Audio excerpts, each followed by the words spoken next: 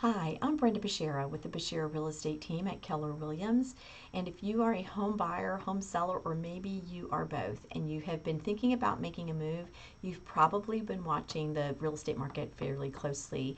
And if you didn't make your move in 2021, you're probably wondering if you have missed the opportunity.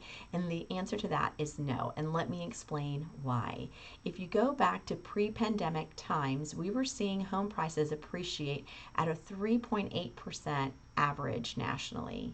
Okay, and then COVID hit the US, and in anticipation of the lockdown, the federal government artificially decreased the federal fund rate to almost zero, really, by 2%, almost zero, which brought the interest rates down.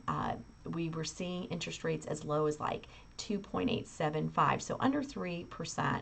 And so, of course, that was in anticipation of the pandemic, wanting to make sure to stimulate the market.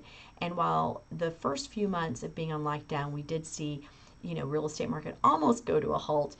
But those enticing low interest rates really started engaging people. People had to make a move, maybe for a job, or maybe to move closer to home, or for health reasons. And we were seeing some of that. And so what the result was is that in 2020, we saw home prices increase on average about 6%.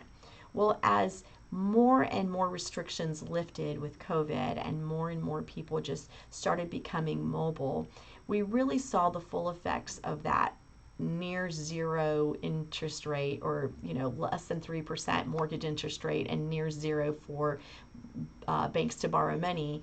We were seeing more people get into the real estate market and making a move, but we still had almost no inventory, or very little inventory. So last year we saw a 15% increase in home prices on a national level, but that of course is an anomaly because the interest rates were artificially low on purpose because of COVID.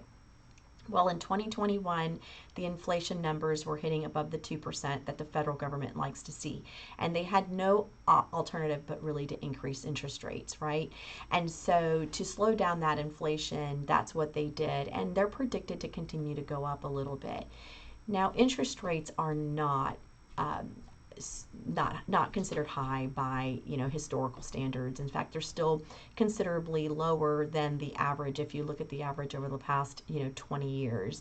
And so it's still a very good time to be a buyer in this market and get still a very low interest rate. And what we're seeing for the home seller is that while appreciation isn't going to happen at the rate it happened last year because of the artificially low interest rates and no inventory, we are still seeing that houses appreciating just at a much slower pace.